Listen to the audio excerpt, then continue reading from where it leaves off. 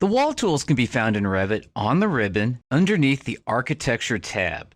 Now, technically, there are two separate buttons associated with the wall tool. The first button is the actual picture of the wall itself, and if that would be selected, it would activate whatever the last wall command that had been used. But the wall commands themselves can be found underneath the word wall and the little down arrow. So select on the wall tool, the actual word wall. When you do this, you'll find three separate types of walls that you can do. One's an architectural wall, the next is a wall structural, and the third is a wall by face.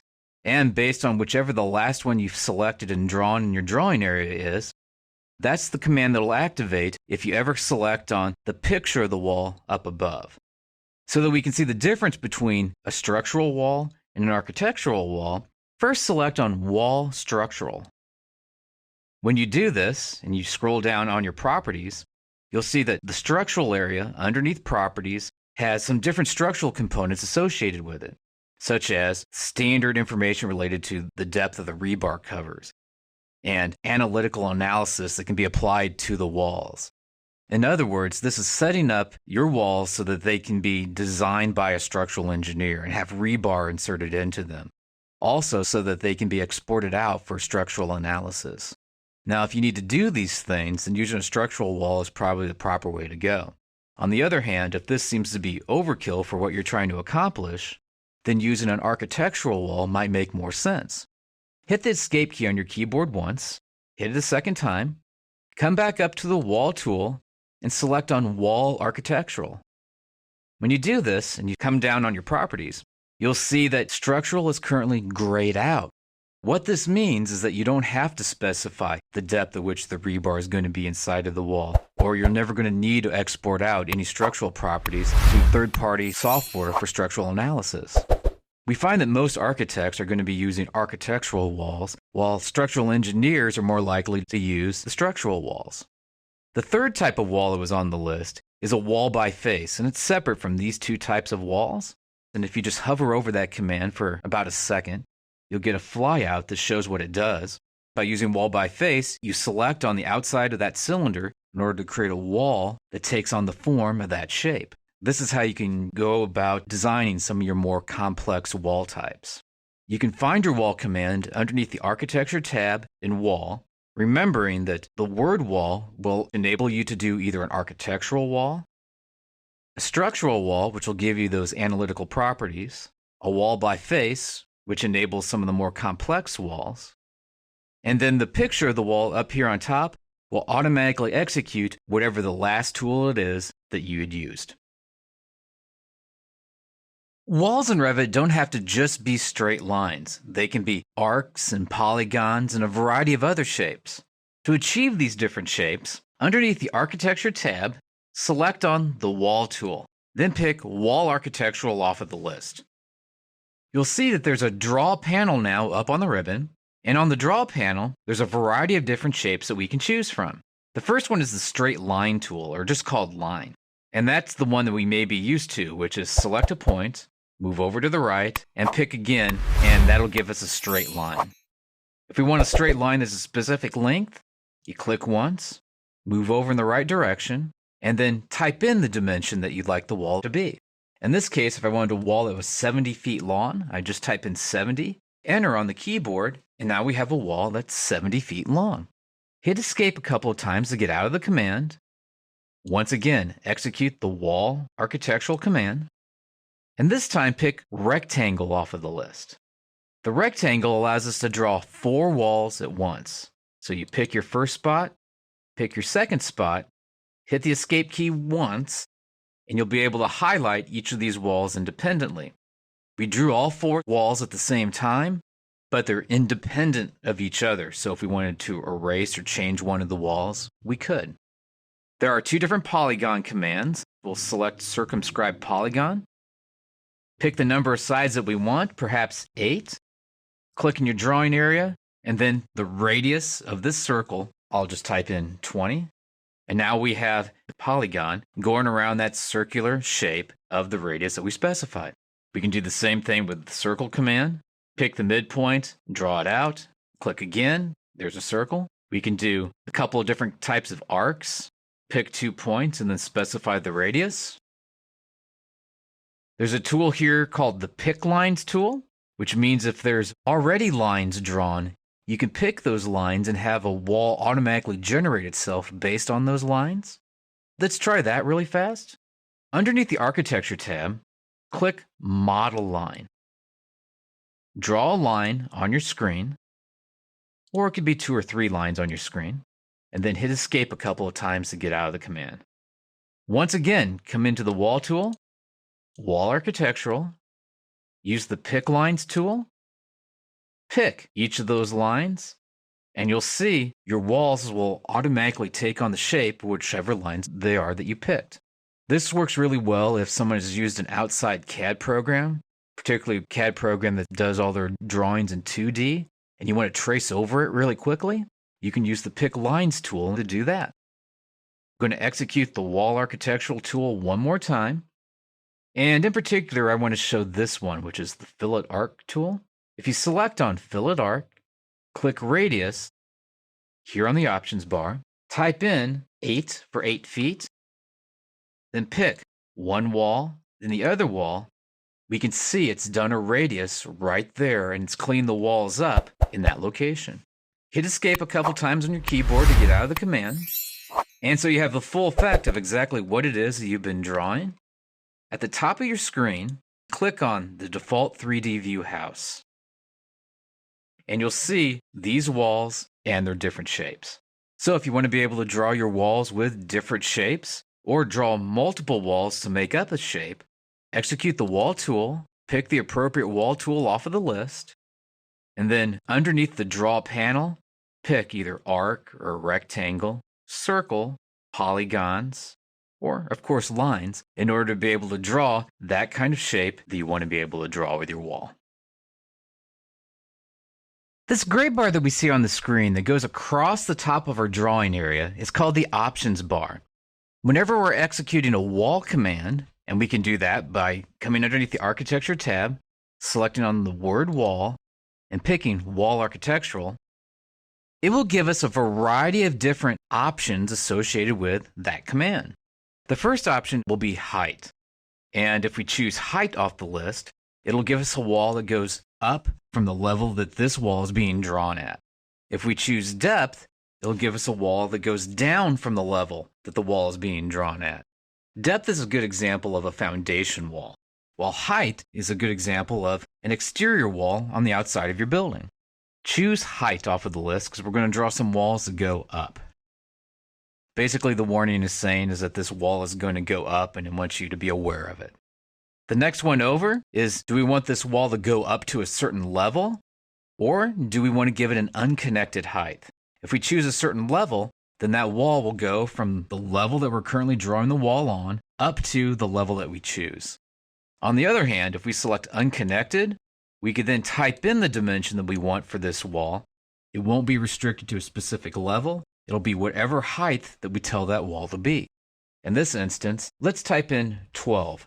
So the wall will be a 12-foot tall wall when we finally draw it. There's an option that says location line. We'll take a look at what location line does here in just a moment, but let's start the process of actually drawing a wall in. If you click once and move over toward your right-hand side, if the location line was telling us that this was going to go down the wall center line, this dashed line that shows up right there would be going right down the center of the wall. In my case, it's finished face of exterior, so that blue dashed line that shows up is on the finished face of the exterior side of my wall. If I click once to place it, we can see that the wall is drawn in. I'm going to hit Escape on my keyboard once, move up here. In this case, I'll select Wall Center Line. For many of you, yours may have defaulted to Wall Center Line before. But you'll notice that if I start to draw a wall now, then now that dashed line is right down the wall center line of my wall. I'm going to click again, hit Escape to get out of the command. I'm going to execute the command one more time. Now, some of the other available here are the core center line, which is different from the center line of the wall because the core center line will give us a line right down the center of the structural part of the wall. Finished face exterior and finished face interior, That will allow us to draw the wall based off the finished materials on either the exterior side or the interior side of our walls. Core face exterior and core face interior, that will draw our wall based on the structural elements inside of the wall. In other words, if this wall had CMU block, it'd be off the face of the block. If this wall was made up of 2x4s, 2x6s, then it would be to the face of the studs of the wall, and that would be the core faces of those. And what I mentioned before, which is the core center line, that would be the center of those structural members inside of the wall. The next option there is chain. Chain allows you to draw one wall after another. And you can see each time that I click, it immediately draws another wall. If chain is not selected, each time that I click, it'll put a space between each click that I do as I'm drawing my walls in. And of course, if I put chain back on again, it will draw one wall after another. Another option that's there is offset. If we add an offset distance to this, it'll then draw your wall offset that distance away from those 2 points that you pick. Also, if you hit the space bar while drawing it, it'll flip it to the other side. So if you want the wall to be actually offset not above the line, but below it, you can hit the space bar, then click in order to be able to place your wall. The final tool up here is going to be radius. What radius allows us to do is specify a radius whenever two walls are drawn. Hit escape once. Let's clear out the radius box. Let's make sure that there's no offset when we're getting ready to draw these walls. Click the radius checkbox now. We can see in this case it's at 8 feet. If yours isn't, just highlight in here and type in 8 feet. Click once, draw your first wall, then try to make a 90-degree angle and then click again. And you'll see that you'll get a nice big radius between the first wall that you drew and the next wall that you drew. So the options bar will assign a variety of different options to these walls, including whether or not the wall goes up or down, whether or not the wall goes from one level to the next level, or just goes to the height that you specify. It also will allow you to draw from the center line of the wall to the finished faces of the wall, or even to the finished face of the structural members on the inside of the wall. Chain allows you to do one wall after another. Offset will mean that when you're drawing your wall will be offset a certain distance from the spots that you're picking. And then radius will give you this nice clean radius between the first wall that you draw and the last wall that you draw. So the options bar give you a variety of different options related to the walls that you're drawing. Revit has a variety of wall styles and types that you can choose from. To see some of these styles, let's activate the Wall command from underneath the Architecture tab and select on the word Wall. Pick on Wall Architectural, and then on the Type Selector list on Properties, we'll see one of those many wall styles that are available to us. Click the picture of the wall, and here we'll see that there's a basic wall, and these are a variety of different wall styles associated with the basic wall type. Some of these have multiple materials and different kinds of structural properties associated with these walls, while others are very generic walls that can be used during the design process and can be replaced with some of the more complex walls that we see on the list. Also, if we move down, we'll find some curtain wall types and different styles of curtain walls, as well as a stacked wall type and one style of stacked wall. The stacked wall type, what it does is it allows you to stack more than one of the basic wall types, such as we saw up here at the top of the list, on top of each other. Just so that we can see that, if we click on the exterior brick over CMU with metal stud wall, and then draw in plain view that wall type. Next, let's take a look at this in 3D. Come up to your 3D icon, which looks like a little house, and click on it. Here we can see one wall, and then a second wall type drawn on top of each other. And together they make up the stacked wall style. Move over, select back on the Wall command so we can execute the Wall Architectural again. The curtain walls are made up of different panels along with mullions in between each of the panels. To draw those, it's drawn them the same way. You'd select, in this case, storefront off of the list. And even in 3D, you can draw this Click your first point, click your next point, and then you'll start to see your storefront wall drawn in place, with glass panels and mullions automatically attached. Then you have your basic wall styles, and then picking one of the basic wall styles off of the list. In this case, I'll select the brick on CMU, click here, draw over in this direction. One of the interesting things that has happened in this case is that we're actually looking at the back of the wall. So to see the other side of the wall, come over and click on one of these corners, in this case, one of the outside edges of the view cube. By selecting on the corner of the view cube, it'll automatically spin your model around, and you'll be able to see that material on the exterior side of this particular wall. So there are three major different wall categories inside of Revit. The first one, and if we select on wall and wall architectural, we'll be able to see it in the type selector list, and that is the basic wall type. That's probably 90% of the walls that you do inside the program are a basic wall. And then you could select any of these and draw them in. Then there are curtain walls, which are panels with mullions surrounding them. And the final wall type is a stacked wall type, which combines one of the basic wall types and another one of the basic wall types. And when you draw them, it'll draw them directly on top of one another. Whenever you're working on a project, simply find the kind of wall that you want to draw, highlight it here in the type selector list, and that will be the type of wall that you're drawing inside of the drawing area. With walls, the level of detail allows us to be able to see the different layers of material associated with a wall. Or it may remove those different layers of material so that we don't see them in that particular view. To understand this a little bit better, let's zoom in here on our first floor plan view, and what we have on the screen is a section symbol going through the wall, and a wall with several layers of material going from left to right. Currently, we can't see any of those different layers of materials. To get a better idea what this wall might actually look like without the thick lines coming around it, let's take a look at it by coming up here to the View tab and selecting on View. Move over and click on Thin Lines. And this is going to remove those dark lines showing up here. Now that the dark lines are gone, we can see that there's something right here, and then we can see the rest of the wall. Well, the something that we're looking at right here is a sill, and we'll be able to take a look at that here in just a minute in a 3D view.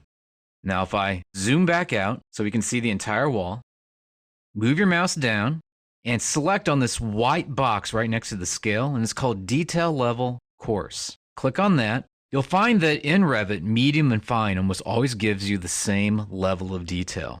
There are some subtle differences. Medium will sometimes show a minute less amount of detail. Sometimes fine will give you more rounded edges or more defined edges. But for the most part, medium and fine are the same. And coarse will present just like we're seeing here in the plan view. If you choose fine, zoom in a touch, you'll be able to see each layer of material that make up this wall. Let's take a look at this in a 3D view just for a moment. Come up here, select on a little 3D house. If your wall looks like this, you need to be able to see it from the other side. Just click on this upper edge of the view cube, and it'll spin the wall around, and you'll be able to see it from this side. In the plan view, I said there was this little sill that was showing up there. What I was really referring to is this piece right here. It's sort of jutting out away from the wall, and we could see that in our plan view. That really wasn't affected by that level of detail. Now, close down this 3D view by clicking on the X here in the corner. Select on the section symbol. When it highlights and turns blue, right-click on it and select Go to View.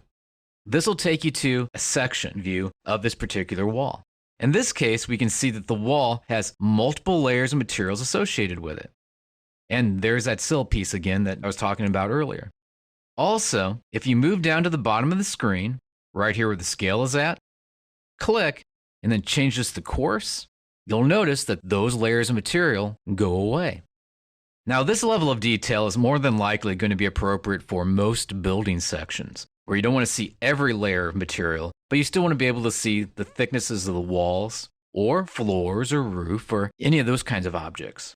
On the other hand, if you want to do enlarged details, true section views where you're going to be defining each layer of material, come down, changes to a fine level of detail, and you'll then be able to see each layer of material, may it be in walls, or this is appropriate as well in roofs, floors, ceilings, a wide variety of different kinds of Revit objects. There's a multitude of ways to be able to see a wall's properties after it's been placed. In this example, let's select on this wall that's drawn here in the middle of our screen. After selecting it, we can look at its properties underneath Properties. The first spot is going to be the Type Selector list. This is going to show what type of wall this is. Below that, we'll be able to see how the wall was drawn as far as its location line.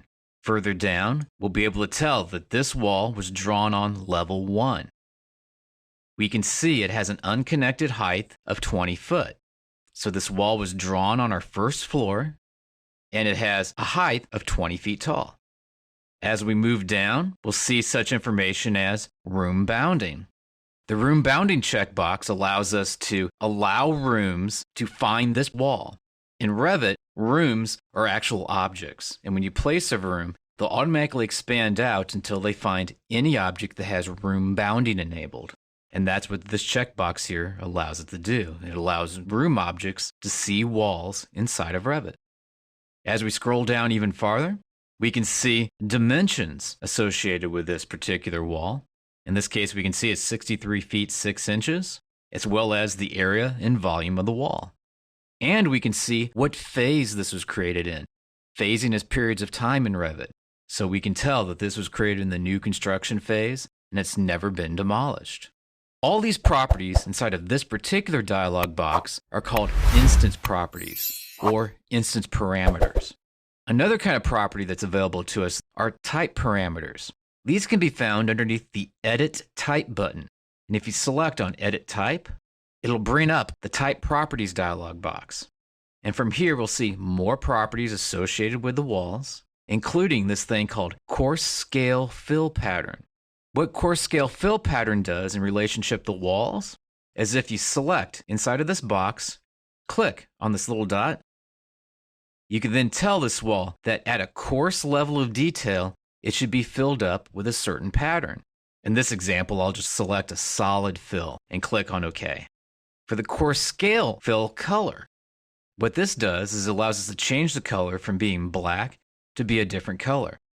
Now, usually if I'm going to enable this particular function, this is usually for nice, pretty presentation plans. So the walls are going to be filled in dark. But in this case, just so that we can see the color, I'm going to choose a green color off of the list and pull this bar up. Now, click on OK once you get your color.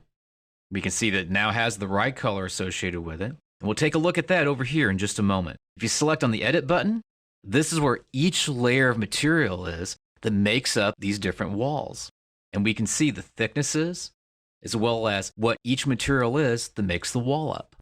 If we want to see this a little bit better, we can pull this over by just clicking on this top bar, pulling it over, and selecting on the Preview button, and it'll show us a preview of what it'll look like in Plan View, as well as if we come down here in View and click on Section, click inside of this area, and you'll be able to spin the wheel to be able to zoom in and zoom out to see all the different layers of materials that make up this wall. Now, let's get out of this by clicking on OK.